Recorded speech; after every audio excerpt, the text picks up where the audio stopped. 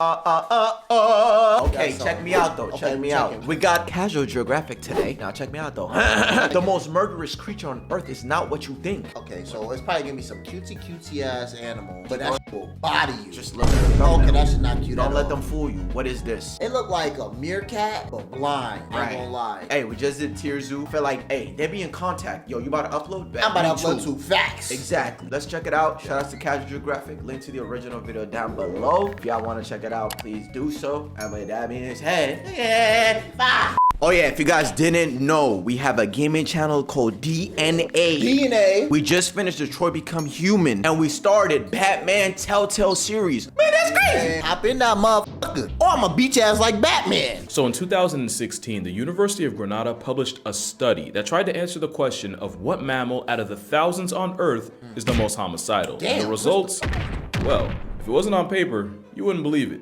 Researchers created a list of the mosquito. Aren't they the ones that kill the most? I have no clue. I have no clue. I don't think I've heard of that. Okay, well. For 1,000 candidates, and by painstakingly studying over 4 million animal deaths total and recording how many of those life retirements were caused by the same species, they were able to mathematically determine what mammals are the most likely to murk their own kind. Yeah. And nobody could have predicted some of the answers. The Dama gazelle placed 16th on the homicide scale with an 11.85% chance of getting past tense by another Dama. Slightly above them at 14th were chinchillas with a probability of getting put down by a fellow chilla at a solid 12%. Brown bears just barely made the top 30 at less than 10%. But the bears of the sea, specifically the New Zealand sea lion, lapped them with an execution rate above 15. Now, you're probably wondering where humans ranked on this list. We gotta be up there. I mean, there's just no way. Of course. Humans didn't even crack the top 40 with less than 2% of human soul evictions caused by another human. In fact, according to the numbers. Wait, what? I thought we kill people every day. We kill each other every day. That's what I'm saying. Over nothing. You looked at me weird. Oh God. You are of a certain race, of a certain religion, of like dumb shit that don't make no sense. And we didn't make the list. So what do they be?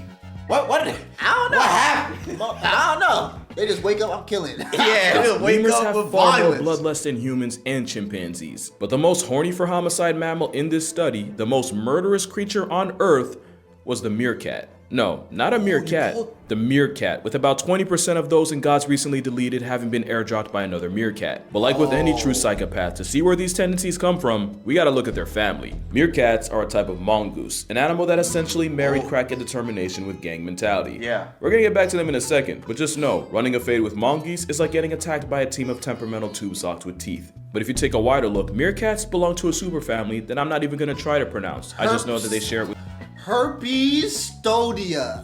Herpesstodia. That sounds. Fusas, which I talked about last video, and hyenas. Yeah, the hyenas' closest relatives are mongooses like the meerkat, and that made no sense to me until I heard what meerkats sound like. They sound mad cute. The mongoose is probably most famous for their eternal beef with snakes. Except the word beef is doing a lot of heavy lifting, since snake versus mongoose is more lopsided than an edge up from Stevie Wonder. A common misconception is that they're immune to snake venom. They're resistant, but there's a point where enough venom will murk even a mongoose. A mongoose has a mutation in their nicotinic acetylcholine receptor that makes it harder for neurotoxic. Okay. You see, because he said he wasn't gonna try to pronounce the other one. Yes, but then goes ahead and says nicotinic acetylcholine receptor. Acetylcholic. Nicotonic. My brother, you said this with no hesitation. Like, you got this right. The mongoose has a mutation in their nicotinic acetylcholine receptor that makes it harder for neurotoxic snake venom to bind to it. That's how the same cobra that can flatline a person in 15 minutes can fully get put on a t-shirt by a warpath weasel. And meerkats will run fades with highly venomous snakes and turn them into a belt if they need to. These sand assault squirrels will even weaponize the power of friendship to flex on enemies like snakes through a process called mobbing. Speaking of which, don't worry, I didn't forget about this, but to explain why meerkats have such a high KD ratio against their own kind, you gotta understand how functionally dysfunctional their families are. The meerkat empire is built on a foundation of violence, extortion, spawn killing, cannibalism, but most importantly, a power-hungry mother, and it goes like this. Meerkats live in groups called mobs, and each mob is a conglomerate of several family units merged together as one. And sitting at the throne of each mob are the dominant couple, the alpha male, but more importantly, the alpha female. Because like with their bigger hyena cousins, meerkats are female dominated, and it's the biggest, meanest mama meerkat that calls the shots. Everyone has a job in meerkat society, and the alpha female is responsible for birthing new members to the mob, which is why she eats by far more than anyone else, so that she can make enough milk to feed her pups. The top male is primarily in charge of guarding his defenseless kids, and when he's not doing that, he's usually out hunting or spreading his scent to reinforce his territory. Then you have the scout team, the meerkats whose jobs are to forage for food wherever they can find it. And watching their backs are the sentinels, the security guards of the clan who keep an eye out for ops like eagles or jackals and will alert the They running a whole civilization. For real. They better than us. Oh God. sentinels, the security guards of the clan who keep an eye out for ops like eagles or jackals and will alert the foragers of danger with an alarm call. And back with the newborns are the babysitters who keep the new recruits from wandering and going MIA, and the second Everybody they hear has that a alarm, role. they either rush the kids back underground or prepare to defend them with their life. And of course, to teach the meerkats how to meerkat, you have meerkat mentors. That job description includes passing down all the tricks of their trade, like how a scorpion minus a stinger is just free protein. They'll even hand a mutilated scorpion to the pups for them to hone their hunting prowess on. By the way, did you know that when you remove a scorpion's stinger, you also remove its anus? So if they don't get discharged from reality right there, they get put in a coffin by severe constipation months later, the more you know. And last are the pups themselves, and their only job is to not die. And you're gonna see why just surviving meerkat society can be harder than Hefner. One of the most crucial rules of meerkat monarchy is that only the alpha female is allowed to have pups, and she can end up spawning 80% of all the infants in the mob. If one of her subordinates literally f***s around and she's the one to find out, the penalties can include the illicit offspring getting discontinued permanently, and even the offending female getting banished from the family by the queen. And with how meerkat mobs work, a lot of times this involves a mother evicting her own daughter. And with meerkats being used social, getting kicked out can be a death sentence with extra steps. So often the outcast will come crawling back, and sometimes she's allowed back in, but on one condition. The alpha female can and will force the insubordinate outlaw to breastfeed her children, basically using the threat of eviction to turn what's often her own daughter into a wet nurse. The price of promiscuity is... See, that is insane, because how did they communicate that? You know what I'm saying? Like, how? They just got that intelligence, bro. This motherfucker's smart. Yeah. You know what I'm saying? Or it's like their instinct to... I don't know, bro. I'm just very interested in like the science behind it. Yeah, like how do they run all of this? How do they communicate, bro? What is their language? Motherfucker, me. That's what I'm saying. Like into a wet nurse. That's the price of promiscuity is why most baby meerkats born will celebrate their first birthday in the afterlife. Pups not birthed by the alpha are at such a risk that some insubordinate females will even catch a case eliminating the queen's kids if it means giving her own a better chance. But it's not that easy. The meerkat monarch is so attached to the throne that she's even willing to exile one of her daughters just for getting too big and therefore being too big of a threat. Just like hyenas, female meerkats produce double the testosterone as males, and they use this to bully the rest of the mob into submission. A banished female does have the options of either trying to bag a bachelor to start a mob of her own, or just straight up trying to join a new one. But there's always the chance she gets violently rejected for her efforts. To put it in perspective, imagine a grandmother that not only puts her daughters out on the street for getting pregnant, not only turns her own grandchildren into a case number, but only lets that daughter live under her roof if she agrees to nurse her mother's kids, which, yes, would mean breastfeeding their own younger siblings.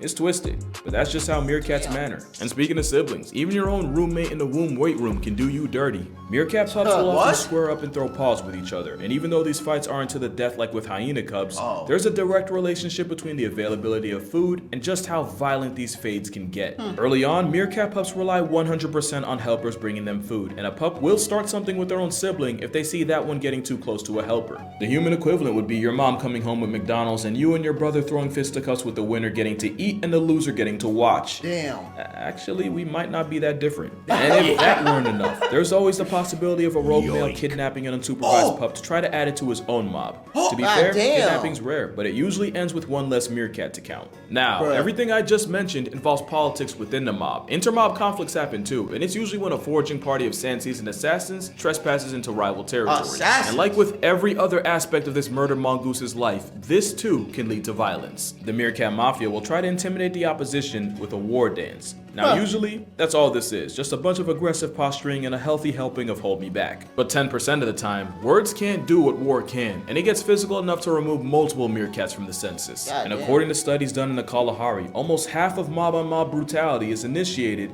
by the alpha male. So long story short, males are usually the ones starting stuff with other mobs, while females prefer to keep their beef inside the family. All that adds up to 1 in every 5 meerkat obituaries being authored by another meerkat. Meanwhile, the much more infamous hyena has a homicidal hit rate of about 8%. It's to the point where you almost wonder why meerkats don't just choose to live on their own, since the biggest threat to their way of life is often another meerkat. The answer is eusociality. SparkNote's version, it's a system where there's one female spawning babies and everybody else works together to bring up the children while also splitting the labor of the colony. Bees and ants are probably the most famous eusocial insects, and so far we can only name 2 eusocial mammals, those being the raisin of rodents, the naked mole rat, and mongooses like, Meerkats live in the desolate, sun-baked deserts of the Kalahari, where grocery shopping is a treasure hunt and death can get delivered to you faster than an Amazon package. The mob system, although not perfect, keeps members fed and protected, especially the pups who almost always have someone watching over them. Their alarm system is so advanced that the sentinels have different calls for different situations with different levels of urgency. That's crazy. For example, the warning call for an approaching fox or jackal is not the same for that of a bird of prey.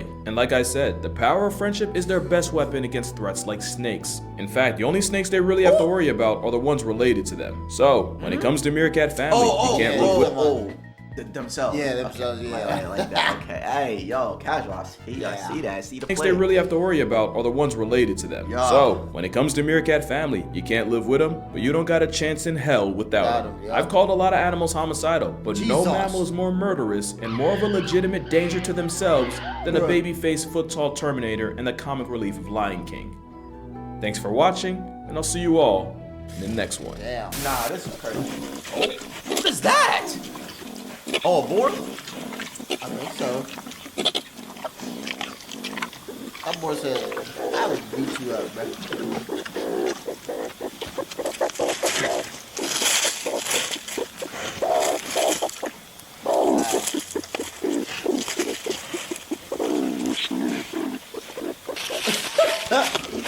Minding his own business. So what you doing out there? Okay. Wow. Nah, this video is crazy. Because Because like that, I didn't even know that. exactly, Like, bro. they used to have like a show that like talked about like animals, and meerkats was one of them. It could have been like a meerkat only show actually. I used to watch that. It was like on the Discovery Channel thing. Yeah, I used to watch the Discovery Channel a Yeah. lot. But nah, yo, it was interesting to learn that meerkats basically have their own civilization, Yeah, bro. everybody has a role. Bro, Really, a king, everybody. a queen, basically. Yeah. Then there's like the subordinates. Yep. Then we got the spec ops, UAV, Yep. radar people. Yup. Then we got the guardians, the teachers, like Yup. bro, it's crazy. I know. That That's was just lit, hard. bro. I ain't gonna lie. Yeah. Damn. So basically, if you don't play your role right, you die. Yeah, you get casted out or get killed. Or you get killed, bro. Yeah, you become man. food. You know what I'm saying? Yeah. Anyways, man, that was a casual. Not saying. Casual video, Hey, man, if litty y'all, litty. yeah, if y'all like it, like it. You can't like it, but not like it. Oh! You gonna be the fuck out there, man. What are you gonna do? Fuck off, dude. Bro, like the video. Like the video. Like the video. Subscribe if you haven't. Also, if you didn't know, look. Today is International Red Panda Day. the fuck? That's crazy. I like red pandas. They're very cute. Nah, that was random as fuck. Oh. That was random. Okay, I as just- fuck. Motherfucker pulled that shit up saying, oh, it's Red Panda Day. I'm like, I saw it this morning. I was like, oh, okay. okay, let me put that up. Anyways, yo, what are y'all doing here, bro? Like the leave. video and leave. Damn. Fuck. Nobody wants you here. Just kidding. Mwah.